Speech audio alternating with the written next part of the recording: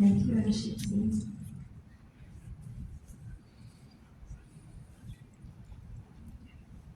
Hi everyone. I'm Amy. I think most of you know me by now. What were you seeing when you were singing I Can See You Now? Could you actually see something? Oh, hello. Just wondering how many of you have a visual picture when you sing something like that. Do you see something? Put your hand up. I'm not going to ask you to tell me what you saw, but when you sing I Can See You Now, are you sort of picturing his face in that song? Yeah, that's beautiful. So, I don't know what to tell you this talk is about. I was thinking about marriage because my kids are old enough to be dating now. Yay. And I see people here that are married and people here that will probably be married in the next couple of years. So I was looking up in the Bible, what is marriage? You know, I've got a lot of rules about it and all sorts of thoughts and cultural stuff. What does the Bible actually say about marriage? The New Testament says awfully little, I've discovered. Matthew 19:6, and I think there's the same sort of thing in Mark as a thing where Jesus says, the two will become one and let no man put apart what God has joined together. And that is pretty much it. No, it's not. What about Ephesians? Yeah, I didn't do a thorough check. The idea of marriage with our stuff in it, there's a lot of cultural things, but the picture of marriage is used for the church a lot, isn't it, in the Bible? There's stuff in Revelation too, Madeline, about the bride and the marriage supper and all that. But as far as what the rules are of marriage, it's actually pretty limited of what is the definition of a marriage. Have you ever thought about it? What is actually a marriage? Do you want to chuck out some suggestions for me? Call them out. Don't put your hand up. Just shout out. What do you think marriage is in the nitty-gritty of it? Partnership. Beautiful. Good start. Someone else. That describes it. It's not what it is. It's not a sacrifice. Like, it's not a horrific sacrifice when you go to Tim. What is it? What is marriage? Commitment? It is a commitment. Yes. What else? I'm saying friendship. Friendship. Thank you, Pratner, spokesperson. That is very true. It is a friendship. Yeah. What else?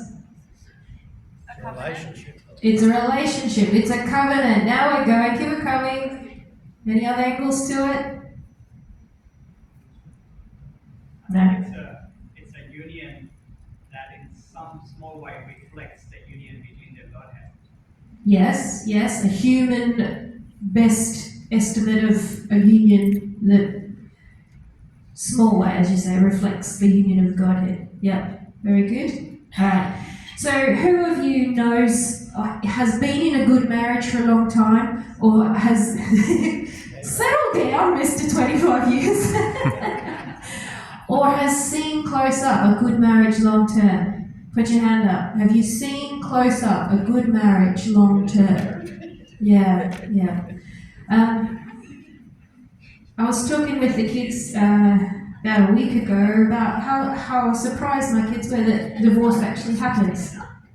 And like, quite a few friends they know have their parents are split up or splitting up or divorced, and it was a really interesting conversation because it was almost like a reminding, it's not automatic, is it? Staying married and having a good marriage is not automatic. It is what happens when everything is done right, and it's the ideal, but it's not automatic. In fact, apparently something like 40 to 50% don't make it. And that made me think, what do people do that make their marriage good? What is it that makes a marriage last? Because we all know the infatuation phase, the romance, the excitement, all the shows, all the romance books, they're all about that bit, aren't they?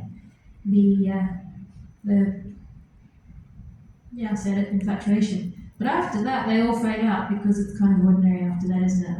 We get a little bit less excited. So what do you see in your own or your parents or someone you know's marriage? What do you see them doing to keep it good? What have you observed? And I'm going to make a little list, so I'm asking for specifics, not, oh, they're kindly, no. Not that they're sacrificial, but like that they're, how are they doing that? Or not that they're friendly, but how are they doing that? Yep. Communicating well. More specific, please. Uh, Doing interpretive dances? no, using accurate words and listening and Talking. Yeah? Using words, talking. Yep, okay. And listening? Big Very emphasis good. on listening.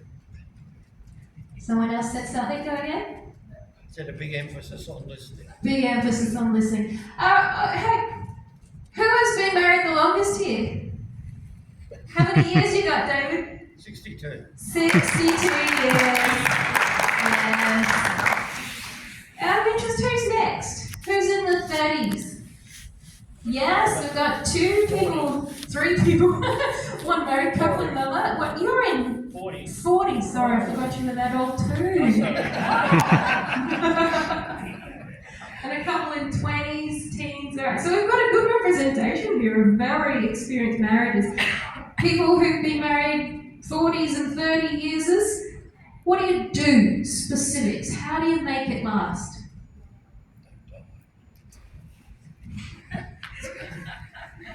Come on out. Yeah? Yeah? And how do you do that? You talk again. Yeah. Yeah. And then so we'll add forgiveness under that. What else?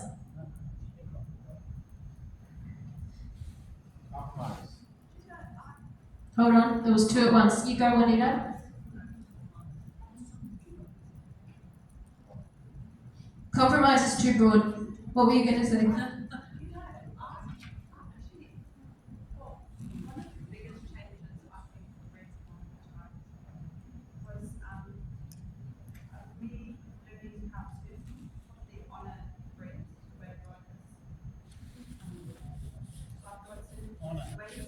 Honor. Yeah. How do you honor him?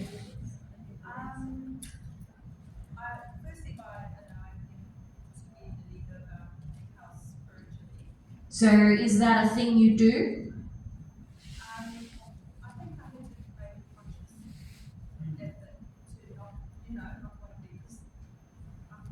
Yeah. So you submit ish? Yeah, that's the other side of it, is that Yeah. knowing that I have how to truly submit to him Yeah. while still feeling like I'm, you know. Valuable Yeah. and But then co-contributor. the other side of it is in learning how to truly love me. You know, not Yes. like Yeah. what it means to truly love me. And the more I respect and honor him, the more he loves me, and it's like this. Yeah. Okay, I want us to take a step back. We're still in the broader ideas. I'm wanting nitty gritties. I'll give you an example. Tim and I have a cup of, we used to until I've been sick and sleeping in, have a cup of tea together every morning. We would sit and, 10 minutes would it take us to? 15, 20? I don't know. And we would not have a specific agenda. We would sit together and we would drink a cup of tea that we made together and we would talk about nothing in particular whatsoever. So that is something that we do deliberately. Why? Just to maintain our connection. Another thing that we do is we would go away by ourselves, even when the kids were little, for a weekend once a year. Now that they're a bit bigger, we can go a little bit more often. Specific things that we have chosen to do to maintain our connection and our friendship. What have you seen of that sort? What are your parents doing?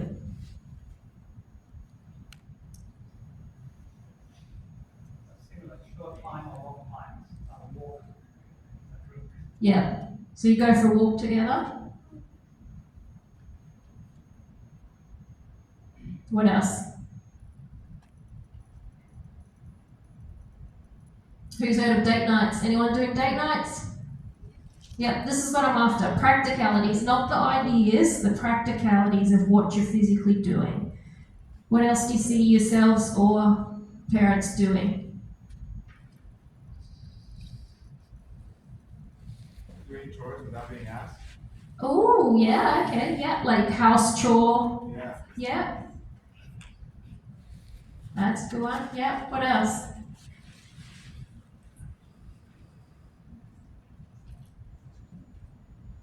I see the implications of, like, my parents took time to get to know each other so that they can love each other well. Like, there was, maybe it's not like a very practical application, but over time they're taking time to know how each other thinks and how each other, How have they done that? like, just like asking good questions and, Ask questions about how they're feeling. yeah, sure. Okay. Yep.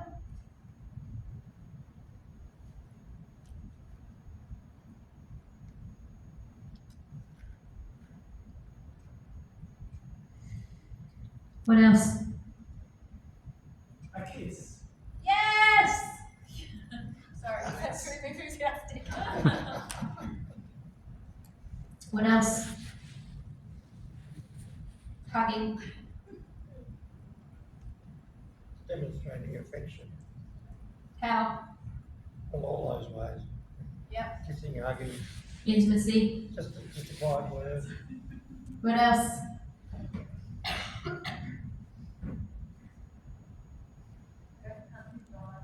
Country drives. Yes. What else? Overlooking faults. Ooh, overlooking faults. Very nice. Hypotheticals. Whose faults? You're running off and look at your own faults. Was that you, Brent? Yes, of course. What else? This is the sort of stuff I'm talking, the nitty gritty, the daily choices, the actions that you're doing. Anyone got parents that do something kind of cute, something different, a bit strange? Oh, they keep secrets from the kids. Have secret, have in secrets. How do you mean? Like they have their own little in joke. Yeah, like one day I got home and they bought a car and they didn't. Okay, so they have secrets together. Yeah, that's a good one. I like it. They really found it funny. I was just like, okay, cool. That is funny. I like it. Okay, anyone else got some weird parents? Or selves? You have a private language? What, Afrikaans? You speak 3 languages? Oh, okay. Secret language. See, this is what I'm after. Yes, all the secrets. What else?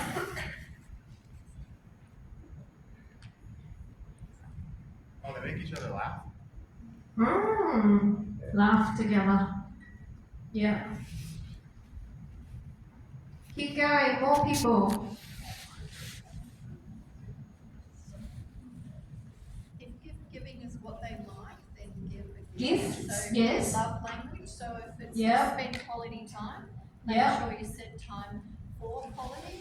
Or if it's giving them a gift, that's what they like, not what you want to do, but Yeah. what they like, then Yeah. do that. So that's getting to know how they feel loved. Yes. I saw a hand, just yell it out. Yeah, forgive. Forgive? Yeah, got that one. Yeah. Yes, have a special cookie. What about love notes? Does anyone have people that give little love texts? Little yeah. Like it's a pretty simple thing, but it's actually happening, but you might not have realized it. Alright, has people got more or are you running out? Look into their eyes. Ooh, yes. Keep going. Do projects together. Perfect. Whoever that was, good job. Keep going. Buy socks and other clothes. Buy clothes and socks for each other. Yep. Keep things tidy. Yep.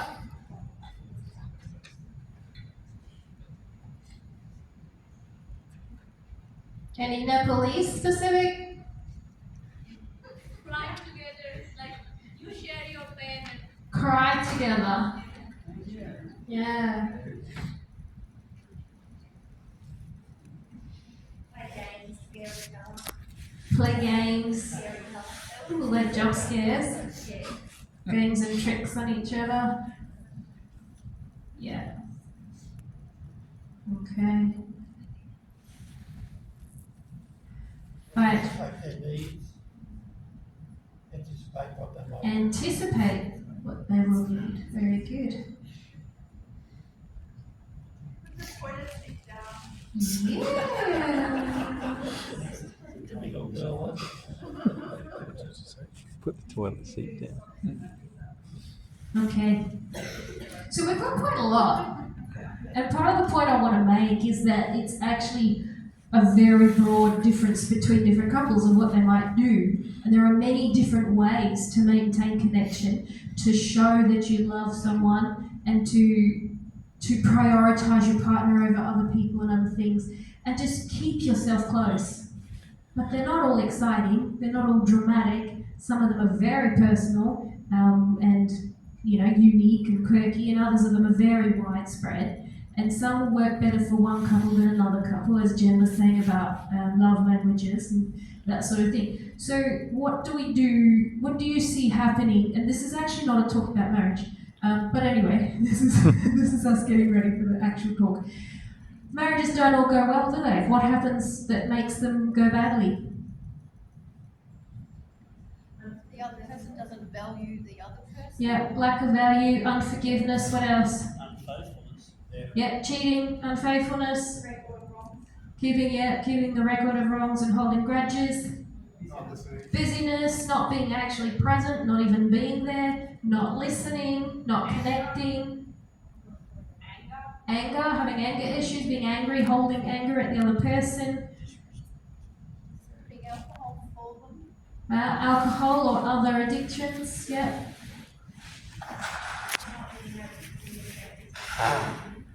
Not being able to communicate with someone who has a different opinion. Yep.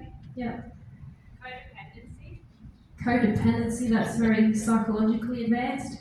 Some people here might even know what it means. Awesome. Alright. Do you know that our relationship with God is like a marriage? Do you know that your faith is a friendship? Look at the variety of things that married people are doing. Not the overarching, higher, lofty idea, but the nitty-gritty stuff. And let's think about how that can translate to our faith journey. Because make no mistake, if you don't look after a marriage, it gets stale, it gets boring once you're past infatuation. Everyone gets a little bit over the other person after, 5-10 years, if you don't choose to stay connected. And the seasons will change, and you'll have kids and you'll have career. All of this applies to your faith journey. If you're young in the faith and you've had a recent God experience, you're in infatuation phase. That is fantastic and it's beautiful and it's wonderful. We celebrate it. But you will move from that to a more mature faith, a friendship that actually settles in, and you need to think about feeding it and choosing it because it's a friendship, it's a relationship. Not just a faith I believe and therefore I've got into heaven. We all know that there's more to it than that. But it's your choice. And there's so many ways that we can choose to stay connected with God. He didn't come and die just so you can get to heaven. He came and died so that you can know him and he can be known by you and live in you. And like any relationship, you get to choose how much you want to invest in that and how close you want to be with him. So let's have a think about some of the things that we do that might have some equivalencies to the marriages that we know that have lasted, that we could translate into a spiritual realm about our spiritual faith. Everyone knows we read the Bible, yeah? Yep. So that, to me,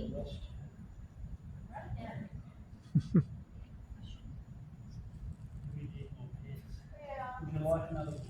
I think Hayley's on the job. I'll hold it the right way up for a bit. Alright, so we read the Bible. That is a cornerstone of knowing who he is. That's maybe equates to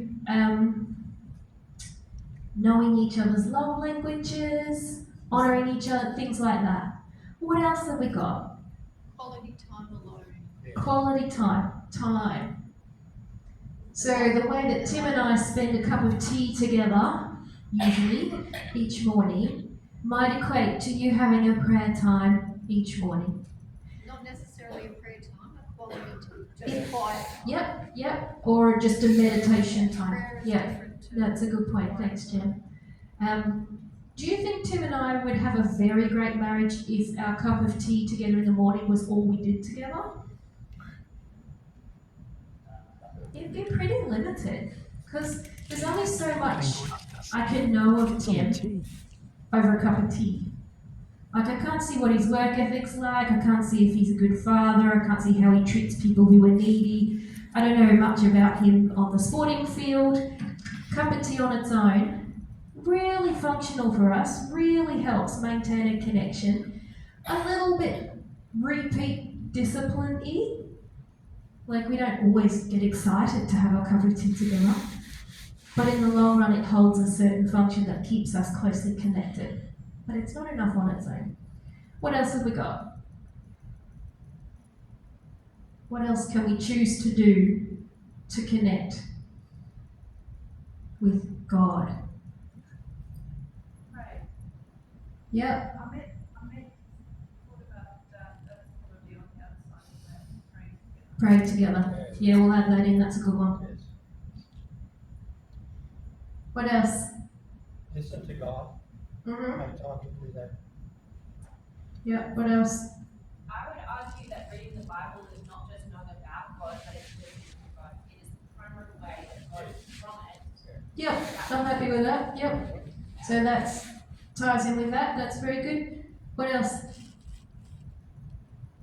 Talk and listen. Talk. Yeah, let's pray. Talk and listen. Got 'em. Keep going. Keep up with what I say is when you know things that please God, follow and join in what He's presenting things to. So follow where he's leading us. Yep. What else? Yeah, I guess it's not just honoring, not just listening but doing. So Yeah, that's the same thing. valuing. I'll share one thing that I do just to broaden your perspective. I've been quite unwell and not real great the last couple of months, and I was feeling bad because I haven't been able to do as much reading and prayer writing, Bible reading and prayer writing as usual. And I prayed to God about it, and he said, if you just pause and look at me, internally, you'll be blessed. And I realized connecting with him in that way was all I really needed just to get through that day. And I was working and I came out to my car and I had a drink out of a water bottle, and for some reason it just equated in my mind when I see the inside lid of my water bottle, it's a little trigger just to internally reflect, Jesus, you're there, hi, that's it. And that has become really helpful for me.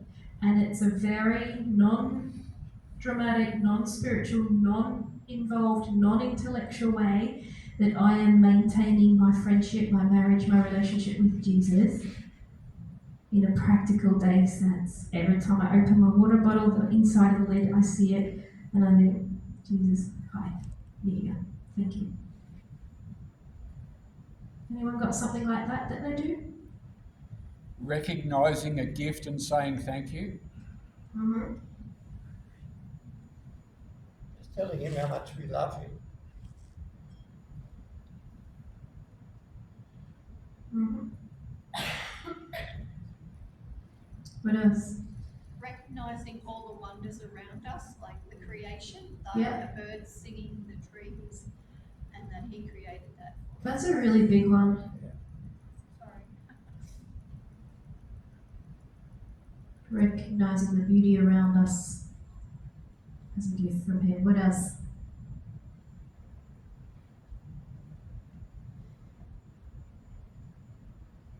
I have heard of someone that drives along in the car and imagines that Jesus is sitting in the front passenger seat whenever he's alone and has a talk with him. Pretends that Jesus is literally sitting there and speaks to him as if a person was right there.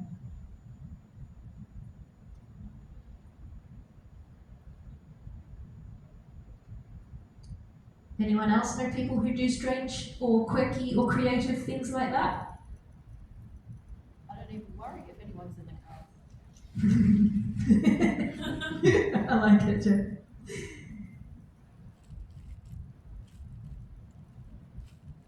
Be excited about the simple things like that.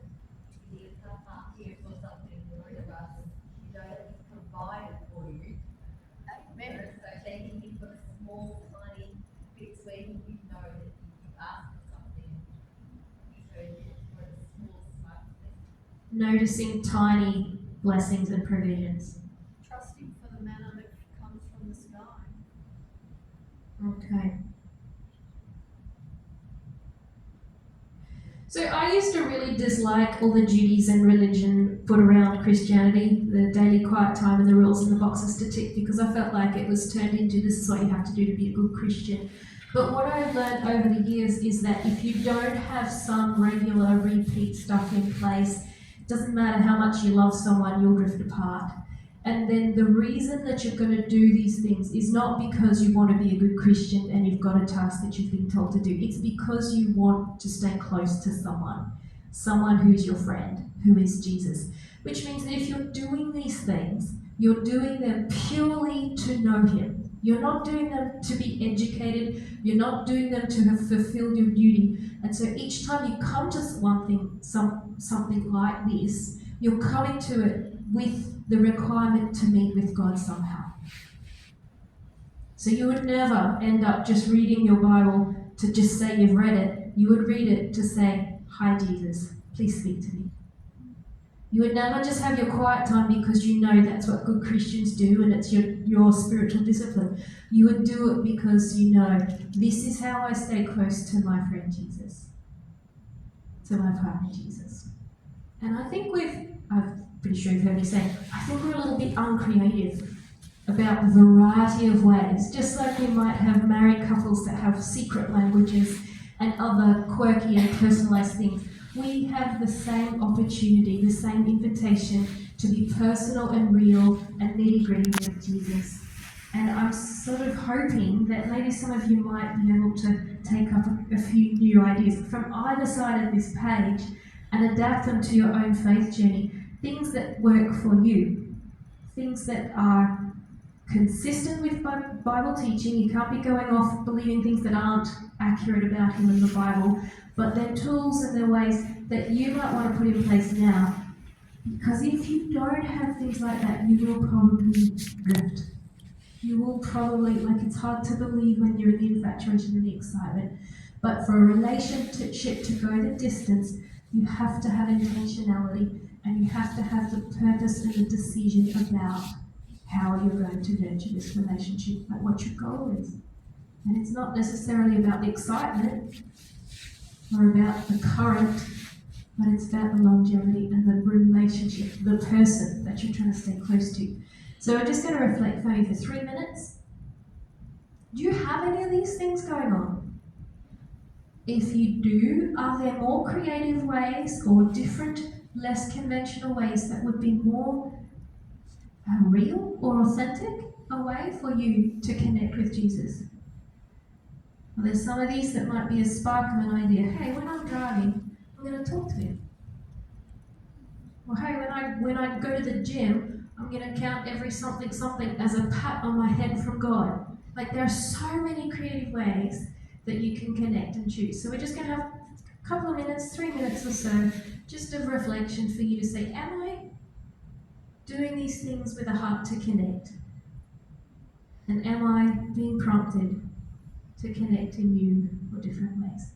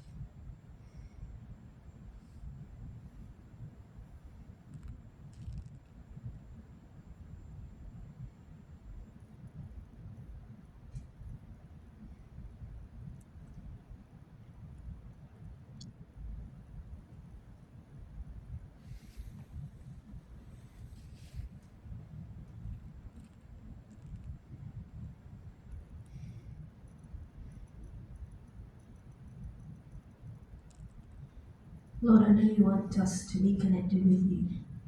I know that's your heart for every person.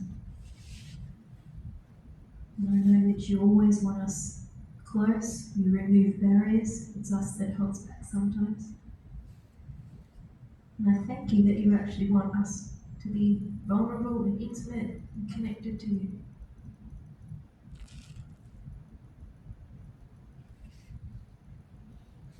And I pray that each person here hears your voice, receives your leading as to new ways that they can choose to stay connected, to build into and feed into the friendship that they have with you, the relationship, the marriage. And that we can't take it for granted, but that we do it out of love for you. Thank you that you made it possible.